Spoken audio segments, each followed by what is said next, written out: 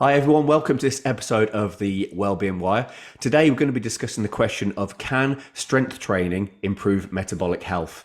And to answer this question, I'm joined by Luke Callis from the University of Northampton, who's a man with vast experience and knowledge in this area from a sporting background in terms of coaching and sports science. Luke, do you just want to give my listeners your 10-second introduction? You've got 10 seconds. Tell people who you are and why the hell they should listen to you on this subject.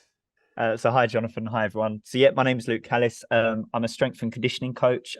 My main background is within the world of elite sports, so working within elite football at various football clubs from a Premier League level down to a League Two. And more recently at the university, I work with a much broader range of athletes, from Olympians all the way down to your grassroots running club athletes, that kind of stuff. And I'm a firm believer that strength training and physical activity, as a whole is beneficial to everyone. So happy to come on here and talk about that and promote that message, really. Brilliant. Thank you, Luke. And can you just show off a bit and tell everyone which football club you most recently worked with? Yeah, so most recently at Sheffield United. I was there when we were promoted under Chris Wilder up to the Premier League the first time, and obviously this year they've gone on and re-achieved that, so very successful. So yeah, really positive time, and I was lucky to be involved. Nice one. And from your accent, you don't sound like a Sheffield man. Where are you from? I'm from London originally, but yeah, I've born and raised in London, studied up in Birmingham, worked with Wolverhampton Wanderers up that way as well. Come back to London, moved back up to Sheffield. I think when you work in sport and job opportunities are a bit limited, you've got to be prepared to move around a little bit, which I don't mind. I like to travel, I like to explore, so it works for Yeah. me. Yeah. You sound North London, I'm guessing. Yeah, absolutely. Enfield next to Oh, Tottenham. okay. Ah, yeah. Oh, I used to live in Tottenham. I used to live on White Hart Lane in my younger days. yeah, well, you see, my dad's a Spurs fan, but I'm an Arsenal fan, so I guess Well, the funny thing I'm a is, traitor to the family. I've always been, when I was a football fan, when I was younger, I was a Forest fan. But when I lived in London, I used to go to watch Arsenal. But it was Wednesday nights living on White Hart Lane to hear all the fans going past. And yeah, my friends were all Arsenal fans. It left quite, they weren't keen on all the Tottenham fans walking past making that noise, should I say? No, that's it. The power of sport, eh? How tribal. Exactly. So let's jump into our conversation about strength training. And just before we talk about metabolic health, I just want to give everyone a bit of a definition. So when we're talking about metabolism, a dictionary definition would be it's the chemical processes that occur in a living organism in order to sustain life. So essentially, it's your cell health. It's how your body takes in food, breaks down to energy, and it keeps itself alive and healthy. Is that okay, Luke? Yeah, absolutely spot on. I'm happy with that and happy to talk about health generally and well-being for sure. Brilliant. Okay. So we've got a definition of metabolism. What about how do you define strength training? Because a lot of people are thinking, Yeah. what actually do we mean when we say, is it weights? Is it body weight? Is it kettlebells? What is strength training to you? How would you Yeah. define it? I mean, there's so many different disciplines, and you have, sports which are almost exclusively strength-based, things like Olympic weightlifting and that kind of stuff, where it's really, technical lifting. It's a sport onto itself. It takes years of training to master some of these lifts. But then it goes all the way through to more the kind of work I do, which is working with athletes or people that are using the strength training as a method to improve their sporting performance or their kind of wider well-being. So, it's less, I guess, focus on, okay, are we technically perfect? And Hmm. it's more, how can this help me? I'm a footballer. How does this help me as a footballer? Is this going to prevent injuries? Is this going to help me improve on the pitch? And, those disciplines are very different. How someone like a bodybuilder, like an Arnold Schwarzenegger, will train will be very different to how someone who is using strength training to, improve their basketball performance would train. It's almost completely different disciplines. Hmm. And then I think another important element of, the idea of being a strength and conditioning coach, and a bit that's often overlooked, is that conditioning element. And that is conditioning someone, preparing them for their sport or for their life or their everyday, day-to-day activities. And that doesn't necessarily have to take place in a gym. That can be out in the big wide world, running, jumping, lifting, all kinds of different things, really. Okay, because obviously the term strength conditioning, a lot of people have heard it, but they might have actually not realised it's the condition. So conditioning, they might have thought it's fitness, but you're saying the condition is the strength is obviously building the strength to do the role, but the conditioning is the specific side. Is that what we're getting into there? The specificity. Yeah, I think if I fall back on my comfort zone and we take an example of a footballer, we need our footballers to be, strong enough in specific muscle groups in particular to make sure that they're going to be robust they're not going to break down through their training and through their match programs. So, footballers, we know they suffer lots of hamstring injuries. We know they suffer lots of groin injuries. So we want them to be strong and robust in those specific areas. But ultimately, their sport is not played in the gym. It's played out on a pitch. So we also need to make sure that they are fast enough to keep up with the demands of the game, that they're aerobically and anaerobically fit enough to keep up with the demands of the game. So, that training takes place not only in a gym environment, but also out on the pitch. And some of that is hidden. The best coaches and the best strength and conditioning relationships, that stuff will be hidden within their training sessions. So, coaches will know what kind of metrics they need to meet within games, and therefore we can inform the coaches on ideas to make sure that we're kind of replicating that as well. So the point I'm getting at is it doesn't just happen in the gym, it extends well out and beyond that. Yeah, and that brings on to the whole idea of a gym. I guess for a lot of people, the idea of going to the gym, there's loads of sweaty people in there, you're getting stared at, it's heavy weights being thrown around the place. It's quite intimidating for a lot of people, but strength training, you've said, doesn't have to just happen in gym. It doesn't have to be weights. What other kind of strength training could people be taking part in? I think, for most people, especially if they're at a very low level, just using body weight exercises, stuff that can be done at home, is a really good introduction. The body will effectively adapt to any overload stimulus we give it. And so what I mean by that, if you're someone that has never strength trained in their life, you've never completed movements like squats and push-ups and lunges and all that real bare bones basic stuff, then you will gain a lot of benefit through just purely completing those movements. Now, there comes a point where the body will adapt, and it will become a lot more proficient at squatting, lunging. And at that point, you might need to be a little bit more creative to find ways to overload the movement. Now, one way that we can do that is through the use of weight, through additional load. So I was just doing lunges with my body weight. Now I'm going to add a little bit of weight, externally through a dumbbell or a barbell. But other ways you can do that would be increasing reps or sets, increasing the complexity of the movements. It doesn't all have to be done through the use of additional weight. Okay, so that's interesting. So let's say we used the example of Arnie earlier. Would Arnie benefit from strength body weight squats? So that's a really good point. I think he's someone that has probably reached a level where if he's, let's say, he's someone who can comfortably squat 100 kilograms for multiple reps, he's probably going to benefit a little bit less through just, standing at home and doing, 100 body weight squats, because he's already at a level of proficiency that goes beyond that. But that's not to say that we can't take that squat movement and adapt it and change it to challenge it in a different way. So, yes, we can challenge a movement by adding a ton of weight and going to a gym and completing the movement. But, we could look at stuff like single leg squats, or what we call pistol squats, to challenge that movement in a different way. And even for someone like Arnold Schwarzenegger, if that's a movement he's not used to doing, then that's going to cause positive adaptations in his body and in his kind of muscular makeup, I suppose. So, if he's always done 2-footed squats and suddenly you put him onto 1 foot and he's not used to it, there's plenty of bang for buck that can be gained from a movement like that. So is that kind of, could we say, are we putting the body outside of its comfort? Are we always going to be, because you use the word overload, is that's essentially putting the body outside its comfort zone, doing more than we're used to doing?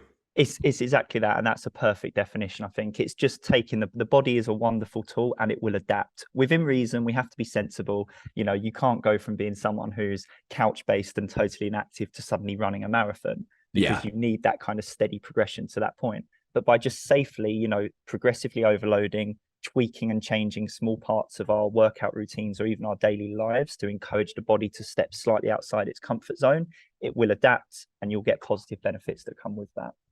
So what about the person who, let's say someone says, right, this sounds brilliant, this stuff Luke's talking about. I'm going to go and get myself a set of dumbbells, and they get some really light dumbbells and they do 10 minutes or so, or a few minutes, but they're not going for that overload. Can they still be getting any benefit from that if they're not sort of pushing the envelope, if for want of a better phrase? Yeah, I think there's certainly a maintenance level, because what you will avoid by doing that is what we call detraining.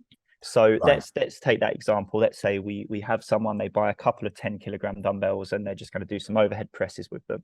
And the first time they do that, they're going to be very sore. And that's normal. I think that's something that people, need to be a little bit more accepting of, is that, for your lay person, sometimes they might do a new exercise, they'll feel very sore the next day and it'll be like, oh God, maybe I shouldn't be doing that. Well, actually, doing a new movement, it causes muscle damage. We can't get away from that. but it's that muscle damage that stimulates the body to cause that repair and effectively grow back stronger. So that soreness is actually an indication that, yes, we've pushed the body outside its normal limits. Now it's going to repair, and hopefully we're going to be stronger for it. Now, if we kept doing those same 10 kilogram, overhead presses, the next time we did it would be a little bit less sore and less sore and less sore as we work through. That's a phenomenon known as the repeated bout effect. Right. And eventually there comes a point where you almost would have no soreness after completing that exercise, because the body, the musculature, it's adapted and it's used to that. Now, at that point, you would probably reach what we call a plateau in your strength gains. However, if we were to suddenly then take away that stimulus completely, the body would go through a phase of what we call detraining. So it would, effectively degenerate and weaken.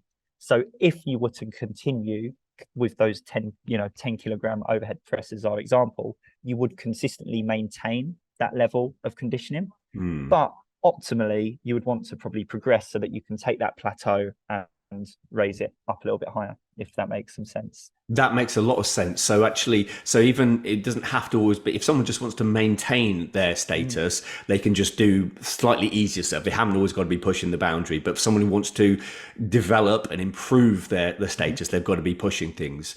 Absolutely. What would you say? So a lot of people might have been to the gym. They've gone in there, they've gone to whichever gym it is, got a personal trainer, a few sessions, and felt absolutely broken. And I'm never going back there again. But what you're saying is, that's not a permanent fixture then. That thing that might have put them off was just initial, say, developmental phase they have to go through before the body adapts. Yeah, I think it's a fine art. You will always, even a very, again, if we go back to Arnie, who's getting a lot of shout outs in this podcast, if we go back to Arnie, he's obviously someone who has invested a lot of time in the gym and he's highly proficient in a number of movements. Yeah. As we've already touched upon, if you introduced a new movement to his program or changed his program in some way, he would still have that level of soreness while he adapted to that new movement. Okay, so it's something that's sort of constantly going to be there.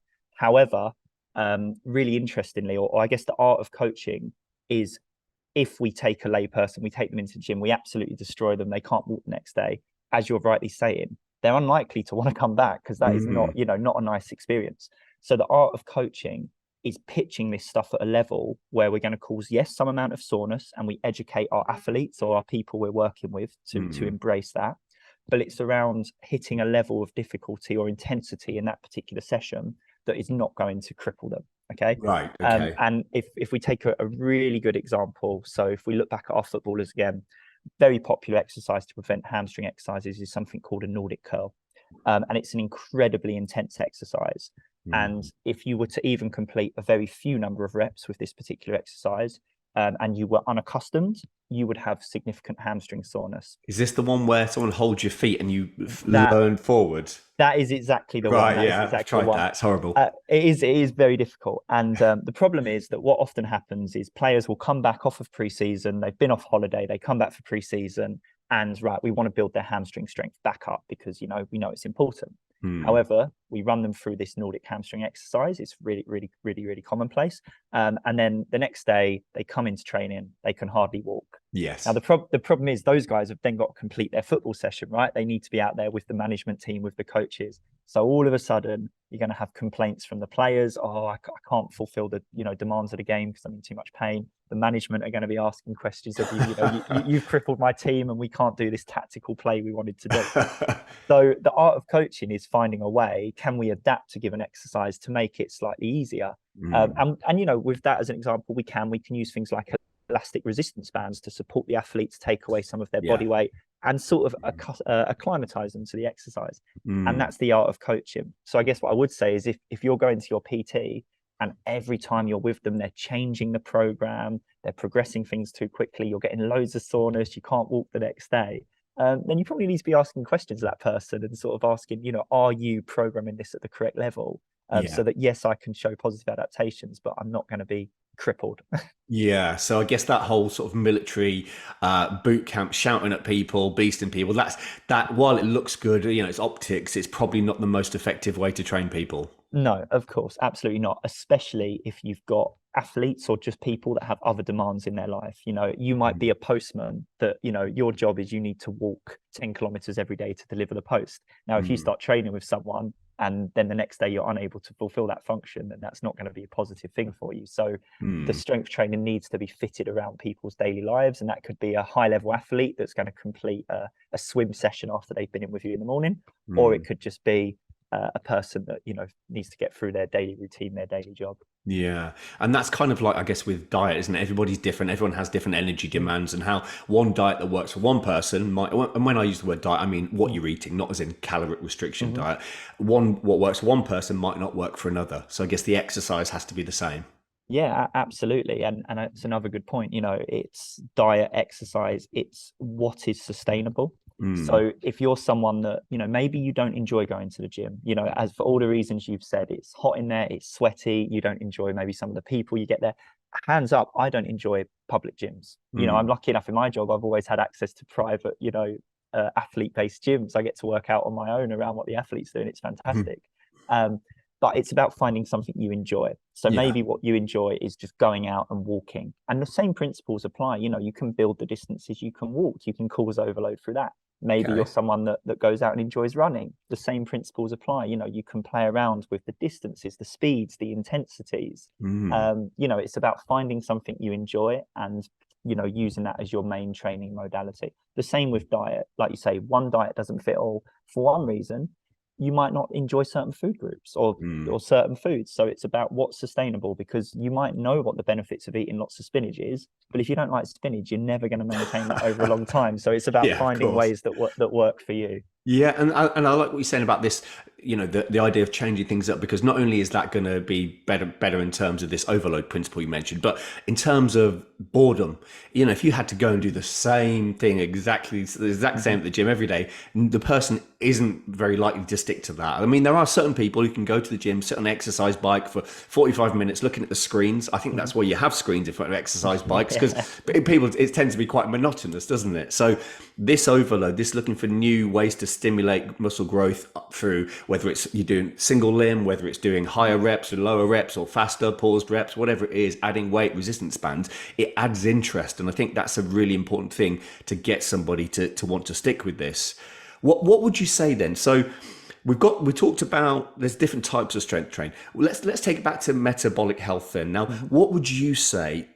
You want to convince somebody to start strength training because they want to improve their metabolic health. You know, we've got the blood sugar, blood triglycerides, our BMI, our central obesity, the bit around the middle. We've got cholesterol levels, all those things. Someone wants to improve those metrics. Why should they strength train? I think probably the main benefit that you're going to gain through your strength training, you're going to get two elements really. You're going to get positive body composition adaptations, right? So you are going to lose body fat and you're going to increase your percentage of muscle mass. Now, muscle mass is a living tissue, okay? And body fat is not. And as a living tissue, muscle mass requires energy to sustain itself, okay? So immediately you're going to require a higher energy intake as someone who's relatively trained with a higher muscle mass percentage, just to sustain that. So that's already one kind of major benefit that you're going to get there through the strength training. And I guess the second benefit, along with any form of physical activity, and strength training is no different, is it requires calories, you know, to train. Okay, so again, if you're someone that enjoys certain types of foods, or you know, you enjoy eating, by going out and completing strength training the same as any form of physical activity, you're going to expend calories. And therefore, by its function, you're going to need to intake more calories in order to sustain yourself. So in a way, it kind of frees you up to maybe treat yourself a little bit more when it comes to that, you know? the odd Snickers here and there. It's absolutely is not going to hurt. And, you know, that's something I've always looked at. I mean, I guess I understand that I'm fairly blessed in that I really enjoy exercise, which makes, you know, this whole idea of training and doing this a lot easier. But because I'm someone who's very active, it means that you can, you know, indulge yourself a little bit more, because ultimately you're expending more energy. And at its heart, that is all metabolic health is. It's the energy you take in versus the energy you expend. And the more energy you expend through training, physical activity, then the more energy you'll need to take in, which frees you up to have the occasional Snickers, as you said.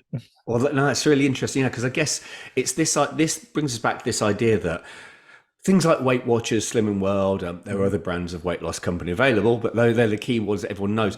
They focus on weight. So what we're talking Yes. about here is somebody gaining muscle, which is going to be a gain in weight. Oh, So of that's course. going to put a lot of people off. So let's say because if you're in those sort of weight loss groups, they focus, it's all about weight. That is the metric. It's about, it doesn't matter, even if you stand, I don't know, you've got one hand on the sideboard while you're weighing yourself, you might do those things because you're just concerned about weight and not health. So what would you say to somebody who thinks, well, yeah, this is all well and good, Alex. I'm sorry, Luke, but I don't want to put on any weight, so I'm not going to do it. It's a really good question, that, and like you say, I think the overemphasis on weight as a measure of health is misguided, because exactly as you said, someone who puts on a lot of muscle mass will put on weight. It doesn't mean they're any less healthy. A lot of elite level athletes actually have quite poor BMI scores, either saying they're underweight or potentially overweight, just because of the way their body has adapted towards their sport. I think when we look at health, it needs to go beyond weight. It needs to be looking at blood cholesterol levels. It needs to be looking at blood pressures. We need to be looking at, again, body composition, so we can actually look at things like let's say skin fold analysis to look at stuff like muscle mass percentage, body fat percentage. The difficulty is that stuff is a lot harder to monitor and look at than BMIs. Yes. Which is why BMI is such a prevalent method in the world of public health. So it's a tricky one. I think there's two things there. Again, we can adapt the strength training. So someone like a bodybuilder would have a high emphasis on isolating very specific muscle groups, working them through very high rep and set ranges to failure, because it causes maximal growth of the muscle. But with athletes, that's not necessarily what we're looking for. Because we need our athletes to still be, in some cases, lightweight, fast, agile, and quick. So we would generally work with those athletes in a slightly different way. We would use lower reps and sets. We would probably use higher weights. But the stimulus we're looking for is then focusing more on their strength than on their kind of hypertrophy. And strength is not only increased through gaining muscle mass. There's all kinds of neurological pathways, and effectively allowing our body to work more efficiently, use muscles together in a way that makes us stronger. So I guess my answer to your question would be, firstly, is it right to worry so much about weight when, as we've already touched upon, there's so many variables that can feed into that? So I guess the first point is to challenge that misconception. But then secondly, it's trying to break down that idea that, well, if I touch a weight, if I go into a gym, I'm going to get big and heavy and turn into a bodybuilder. Because absolutely you're not going to. You can program your gym in a way to try and reach that goal, for sure, but you can also program your strength training in a way to just build strength and kind of become a more well-balanced athlete or person. Yeah, and actually it's interesting. Yeah, this idea. I think a lot of people think, yeah, if I go to the gym, I'm going to gain weight. Now, I guess in terms, and we can probably touch on this in a moment, testosterone, estrogen, the different hormones, males, females.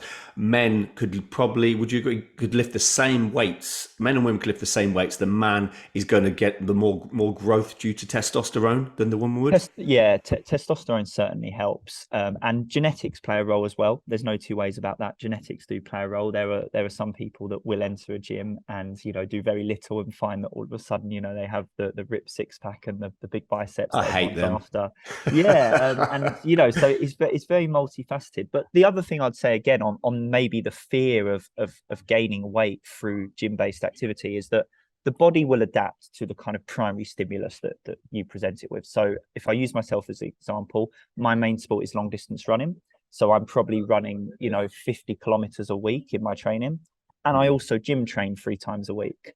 And I only weigh 68 kilograms. Right. And the reason is there because, firstly, of how I'm structuring my gym training, I'm not aiming for hypertrophy, because in order to be a good runner, you need to be lightweight. So I'm not aiming for massive hypertrophy. So the way in which I program for myself reflects that. But secondly, I'm running far more than I'm in the gym. So again, the body will adapt to that main stimulus. So that's not to say I'm not strong, or I like to think I'm quite strong, but it's just that those strength adaptations have probably come more through neural pathways or through efficiency of using the muscle mass you have, rather than just piling on lots and lots of muscle mass. Okay. Now, my jargon alert just went off a moment ago. You used the word hypertrophy. What is Yes. hypertrophy? So people listening to you, what the hell's he on about? So what does that mean? Muscle growth, muscle Okay. growth. So increasing the size of your muscles. Okay, so hypertrophy is the growth, and I guess when muscles atrophy, let's say if I had a arm in a cast, the muscle will shrink, and Yeah, that's atrophy. So it's the growth absolutely, or the shrinkage of a muscle. Okay, absolutely. so if we were to compare, then is it healthier for Hmm. somebody to aim to be like Arnie, Hmm. maximal hypertrophy, maximal muscle growth, Hmm. or maybe just go for, like you said, the strength training that develops the neural pathways? Is it more muscle better for our metabolic health? For our metabolic health, that's a really interesting question. I think for most people, just following fundamental basic strength training is the way to go. Mm, Because as we get older, our bodies naturally degenerate and weaken, and the stronger we are, the longer we can stave off that process. mm, So I would veer down that pathway more so.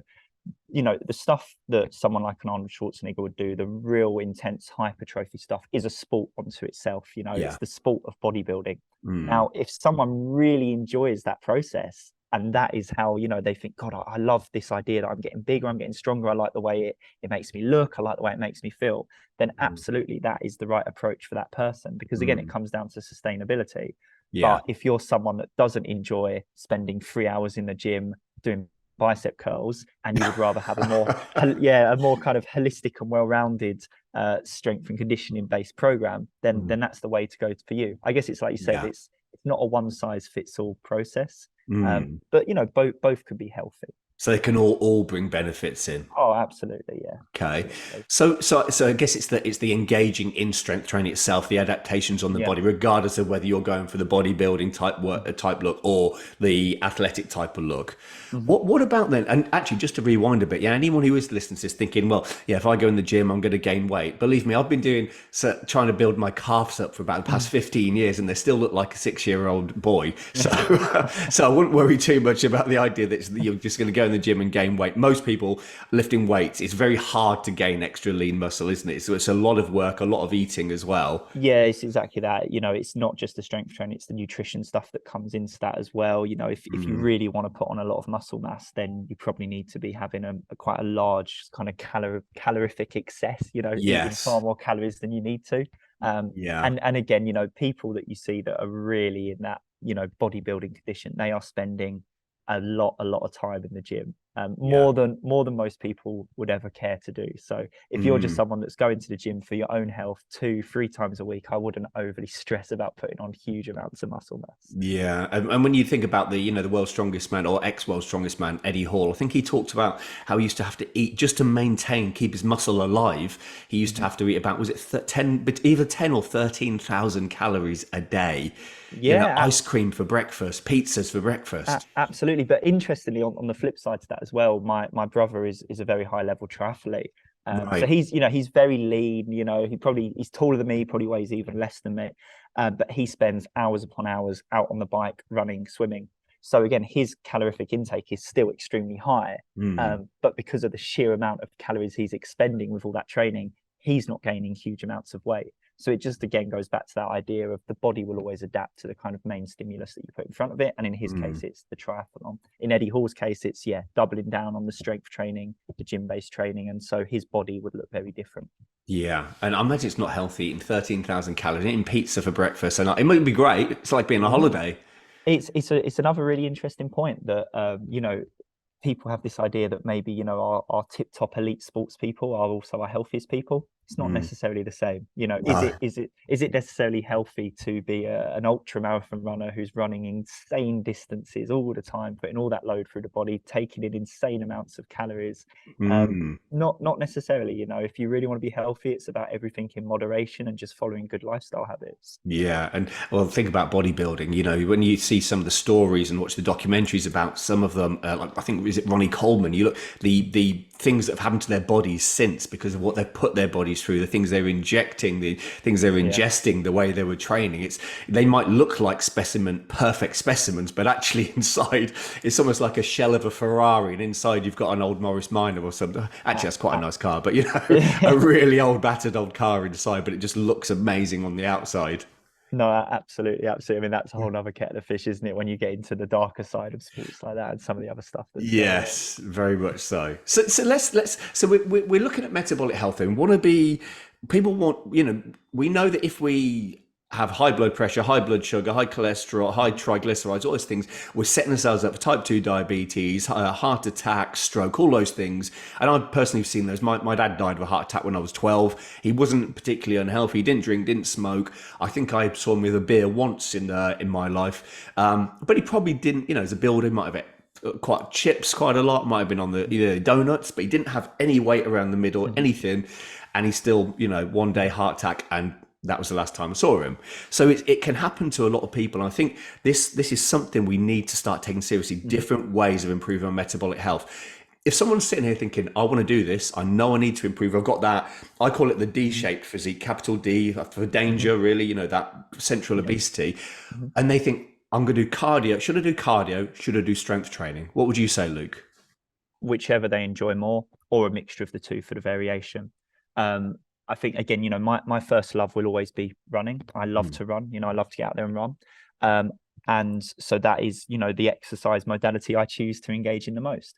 The great thing about the strength training is that it can actually complement, some of that other stuff as well, because, if I strength train, my joints are stronger, my bone mineral density is higher, my musculature is there. It means I can actually run and engage in that other sport more. Yes. So I think, again, it's like I keep coming back to, it's this idea of sustainability. If you hate running or you hate cardio, then you're not going to sustain that over long periods of time. If every time you step out the door with your running shoes on or on your bike, it's a chore, it's just not something that's going to be sustainable, because as soon as the weather turns, it gets a bit dark, it gets a bit wet, and that might be. But if you're someone that actually, do you know what, I really enjoy going to the gym and I love doing bench press and bench row and squats because I love seeing, my numbers increase and I get a lot of satisfaction out of that. Or I really like the social aspect of the gym. There's people there I know that I engage with. Then that's the way to go, But you might be someone who's the other way around. Maybe you're a bit of an introvert, and as you've said, you hate going to the gym because you hate sort of being there with other people and this, that, the other. Then maybe going out for a nice quiet run to be alone with your thoughts is a more kind of effective modality. Yeah. In an ideal world, it's a mix of both. It's using both modalities if you find enjoyment in both. But yeah, I wouldn't overly stress on that method of calorie expenditure and work and physical activity. It's got to be what you enjoy. Maybe it's playing football, maybe it's playing volleyball. It's got to be what you enjoy first and foremost. So it's the movement. Are we doing some form of movement? What about a person who will they live longer? A person, if I don't move, you've got Luke who goes out running, does a bit of strength training, and you've got Jonathan. Let's imagine I do nothing. Am I not going to live as long? It's as you all things it's multifaceted. The research would suggest that those of us who are more physically active, who have lower blood cholesterol, who have lower body fat percentages, on average should live longer. But I think the big thing I always preach is it's not just about length of life. I think we've done a fantastic job in the modern world of extending people's lives artificially, yeah, but it's also about quality of life. Now, I have absolutely no doubt that if you're someone who has never stepped foot in the gym in their life, then your muscle atrophy is going to fall off far quicker. Your bone mineral density is going to fall down far quicker. And therefore, you're going to become a lot more frail in your old age, more likely to, experience falls, broken bones, potentially become, effectively wheelchair bound in the longer term. If you're someone that, has made conscious efforts throughout your life to keep strong, keep active, keep healthy, then I do believe that your quality of life in your older age is going to be far better. It's interesting. There's a whole nother strand of work now that we conduct here at the university around fall prevention in elderly populations. So it's this idea of we bring in elderly people who are referred through their GPs as a high risk of fall, and we engage with them in effectively strength and conditioning training. it's low level, it's sitting and standing, it's using ankle weights, it's walking around, it's all this stuff. But the idea is that we can improve their quality of life in their older age through physical activity. Whereas Yeah. previously, I think there's this natural tendency with older people to wrap them in cotton wool and, oh, let's just be careful they don't fall. Well, it's like, can we actually, what kind of life is that? Can we Yeah. actually improve their, mobility, their ability to get around, reduce their risk of falls, and give them a better quality of life into their older age, which for me, I personally think is more important than just extending life all the time. Yeah, I 100% agree with what you're saying. That it's that idea of health span rather than lifespan, isn't it? I guess lifespan is just how long you live, regardless of how ill you are. Health span is how long you can live without disease and illness. I know I've got a few examples. My gran, she lived to, I think she was 91. I would say from the age of 60, she was on medications, and then medication for the side effects and for the side effects. And her health wasn't good. It wasn't good. When I spent a few years in Australia about 10 years ago. And I remember the gym I was at there. There's this lady that came in, and she was in her mid 80s, and she was a yoga instructor. The things she could do strength wise were phenomenal. I mean, I couldn't do them, and I was 30 at the time. I was nowhere near her ability. And I always thought, that's someone I want to be like. Yeah. I used to be a personal trainer many years ago, and I used to run boot camps, and I'd get there at 5:30 to set up in the morning. And there was this gentleman I was used to see called Mr. Singh. And he was doing his laps around the park. He was doing his push-ups on the bench, and he was doing his squats, his sit-ups. And I asked him how old he was once. And he said he was 87. And he'd had health scares, and this is why he did it, because he didn't want those things to shorten his life. And to me, I want to be Mr. Singh, or I want to be like that yoga teacher. I can do a push-up when I'm 95. I don't need anyone to help me up the stairs. So what you're saying is the benefits far go beyond those metabolic things, and actually onto joint strength, stability, reduction in injuries. Absolutely, and I'm totally with you, in awe of people like that. And the body can do amazing things. There's people that are 100 years old that run marathons. There's people that are 80 years old that can still squat 2 times their body weight without problem. And I think it comes down to routine. That's what it is. These are people that have built healthy routines in their life. When they were younger, they found ways of being physically active that they really enjoy, whether that's out running, whether it's Mr. Singh doing his runs and push-ups and all this stuff. But they found something they enjoy, and they built it into their routine. And I do believe that once with running, if we take that as an example, if you're someone that's never run in your life, you're going to go out, you're going to try and run 3 kilometers, and it's going to absolutely kill you. It's for one of it, it's not going to be a pleasant experience. But if you can maintain that over a year, over 2 years, then you reach a point where you can go out and you can just enjoy the process of running, because your body's adapted to it. It's not going to kill you absolutely every time. And I believe that's where the enjoyment can come. But it's just about routines and finding ways to build the physical activity into your everyday life. Yeah, I think that's really important, isn't it? It's making it a habit. It's got to be part of you, hasn't it? I think if you've got to each day rely on motivation to go and do it, motivation waxes and wanes, whereas habits are just there anyway, aren't they? And for better or worse, someone who smokes doesn't have to motivate themselves to go and smoke. It's the habit that's built into them. Yeah. And I think what I would add to that as well, so it's got to be a habit, but also our habits have got to be linked to our values. If we want to start doing something, what's truly important to the person in life? If being a role model for your kids is important, if living longer or being around for your grandkids, tie in your habits to that. I think it's so important, because that day when it's like you said earlier, Luke, when you wake up in the morning, it's tearing down with rain, you cannot be bothered. Well, you might not bother because you think you're going for a run, but if you think you're going out for 45 minutes to extend your life, or to make sure you're here for your grandkids, or to be a role model, suddenly you don't need motivation. It's just plugged into you, and you'll get your Pumas on and get out there and do a few miles. That's it. It becomes far more important, doesn't it? And I think probably another strand to this as well is, the people that you surround yourself with, as much as that's a cliche, is your social group, a group of people that only, socialize in environments where they're out drinking or they're out eating or this, that, the other? Or are there people in your life that you can kind of, that already have these good routines established? Do you know someone that's regularly going out to run? Do you know someone that, really enjoys their gym training?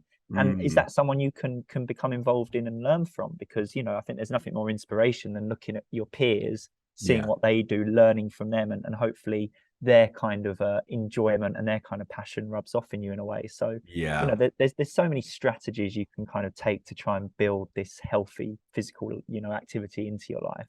Yeah, and it can be exciting as well. I think once people get, maybe it's the word exercise that puts a lot of people off, and they think of things cross country at school. I know you're a distance runner, so you probably loved it. Whereas me, I would have looked for any excuse to get out of it and go and play football. I hated cross country. So it just shows how we're all different, and we have to find the thing that works for us.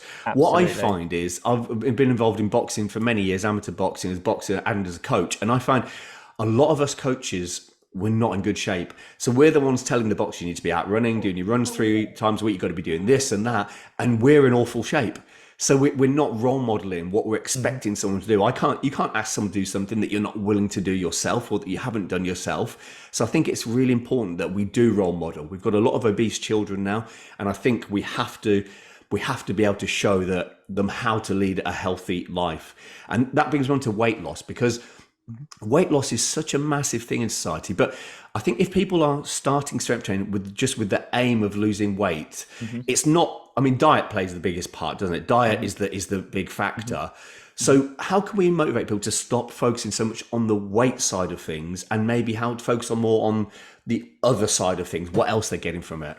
I think, yes, it's a really good point, isn't it? Because almost by focusing on weight, I think it's quite a negative mindset to go in with, if you see what I mean. It's about just, can I lose weight? And it's, I don't know, maybe there's a fear factor there or stress there. And I feel like it's quite negative. But maybe if we go into this process with different goals around, okay, let's take the gym as an environment. Can I improve the amount of weight I'm able to lift? Can I improve how quickly I can complete 3 kilometers on the bike? Can I improve how quickly I can row 3,000 meters? I think it's a more positive mindset, because you're striving to achieve something and better yourself physically.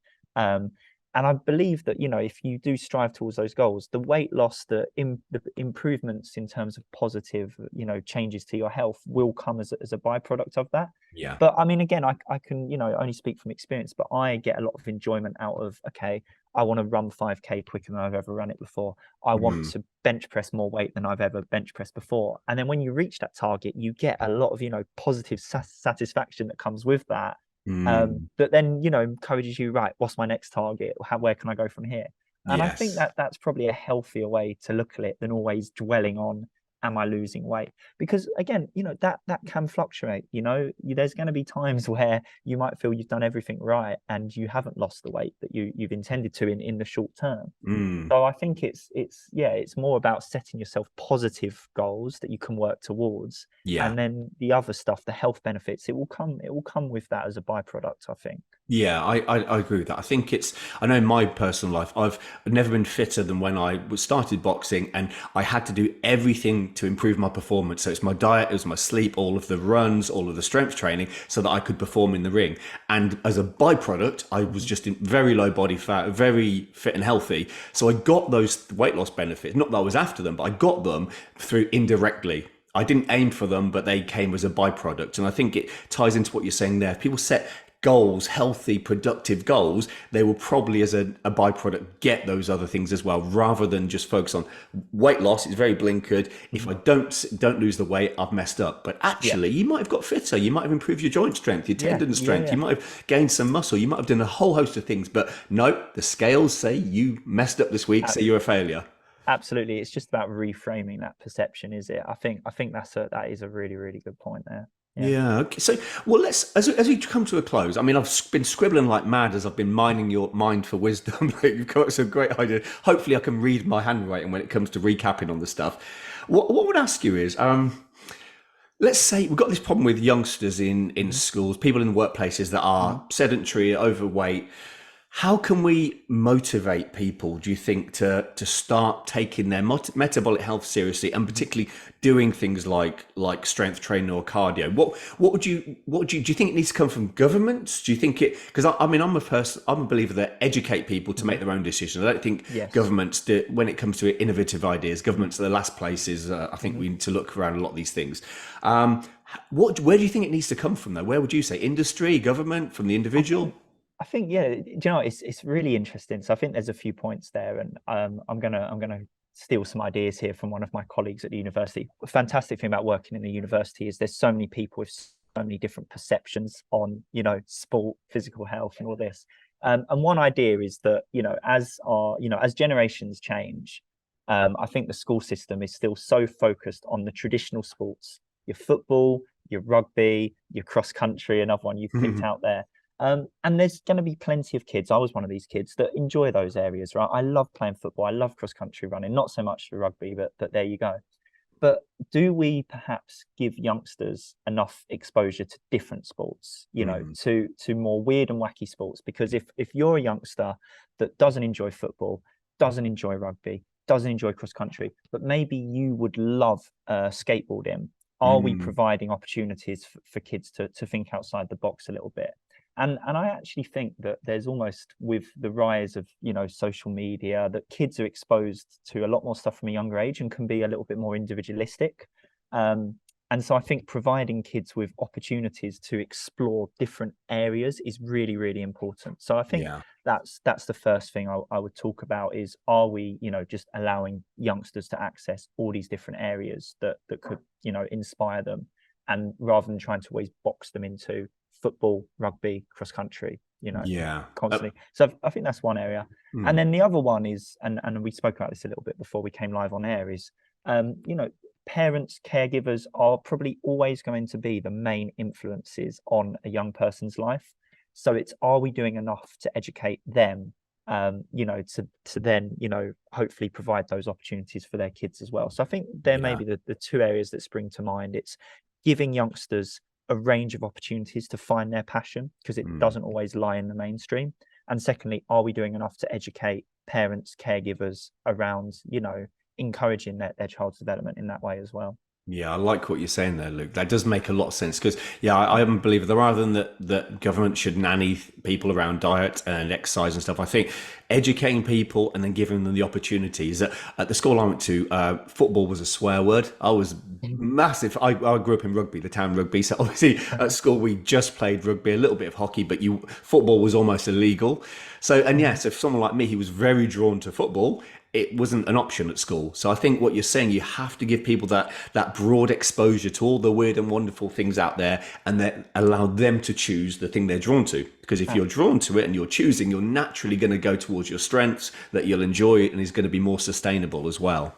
Absolutely. I think we can all remember, playing football, and there would be a group of kids kind of sat at the side that didn't really want to engage. But who's to say that if you put them in front of a rock climbing wall, or if you put them in front of a skateboard, they wouldn't, have found the passion for that. And don't get me wrong, it's not necessarily easy. Some of these sports are more niche because they're harder to access. There's financial barriers, there's equipment barriers, there's location barriers. But I certainly think that more needs to be done to just allow these kids opportunities to try and find these passions. Yeah, definitely. Because once we get moving, that's the thing, there's so many things, whether it's parkour. I mean, I always look at that and think, I would love to. I mean, I've dislocated my shoulder a few times, so it probably wouldn't work for me, but I would have loved to have known about parkour when I was 12. I probably wouldn't have survived to 18, but it would have been absolutely brilliant. I think there's something out there for everybody. And I think if we realize that not only is it for the enjoyment, but also this idea about the metabolic health, improving our body composition, improving our blood pressure, our cholesterol, our blood triglycerides, our central obesity, all those things, we're getting these key benefits from doing these things. So I'm just going to recap on many of the awesome things that you've mentioned, if I can hopefully read my handwriting. But so we talked about, you talked about this performance idea as well, setting goals that are performance related, not just about weight. That could be one of them, but it's about performance, and you can constantly increase and change things around and move it all around. Like the example you gave of Arnie going from squats to maybe single leg squats. There's a stimulus that will challenge everybody regardless of their level, whether on a couch or whether there's someone who's a high level athlete. Overload was a key concept as well. This way to, again, doing things in a different way. So it challenges, it stresses the body in a slightly different way. So it doesn't become boring, but it will keep adapting the body. We talked about this idea about, I like the fact that you said about beasting at the start. That it's not actually about beasting yourself or being beasted. It's about the progressive overload, that gradual improvement in intensity and challenge. And personalizing as well. Walking into the gym and seeing that person's on the squat rack or doing Olympic lifting. I don't want to do that. I don't want to look like Eddie Hall. I don't want to look like Arnie. finding what works for you and what you feel drawn to is key. Well, Luke, Absolutely. you've said some brilliant things today. Um, just to answer the question, can strength training improve metabolic health? Absolutely. Good, good. I had a sneaky suspicion it did from a lot of the research I read, but it's great to hear it from an expert like yourself. So just before we wrap up, where can people find out more about you? More about me. Do you know what? I get asked this question a lot. I'm not a big one for social media. I think my background, particularly working in the backroom teams of elite sport, I'm very much used to not being the front and center of attention. I do have a LinkedIn page that you can find me on there and learn a little bit more about myself. We've got a few research papers in press that are coming out, a couple to do with nutrition with a focus on academy football, and one or two looking at hamstring strength and health and preventing injuries. So you'll be able to find those papers when they go to press as well, and through the kind of university channels as well. So you'll find my staff profile on there. But yeah, not a massive one for social media. Well, hopefully that'll change because you come across really well. You've been great in this interview. If someone was so on the is it northampton.ac.uk That's and they'd correct, be yeah. able to Google, search you through there, I guess, would they? Absolutely, absolutely. Okay. Well, here's to plenty more interesting conversation with people like yourself and your research papers. I'm sure you'll have books and you'll have letters after your name over the years and great work on top of the stuff you've done with the football clubs and with the university as well. Just before we go, if you were to give, you've got 30 seconds on the national television. You've got all the channels tonight at 6 p.m. You want to give out a bit of health advice to the Yeah. nation. What would you say if you had 30 seconds?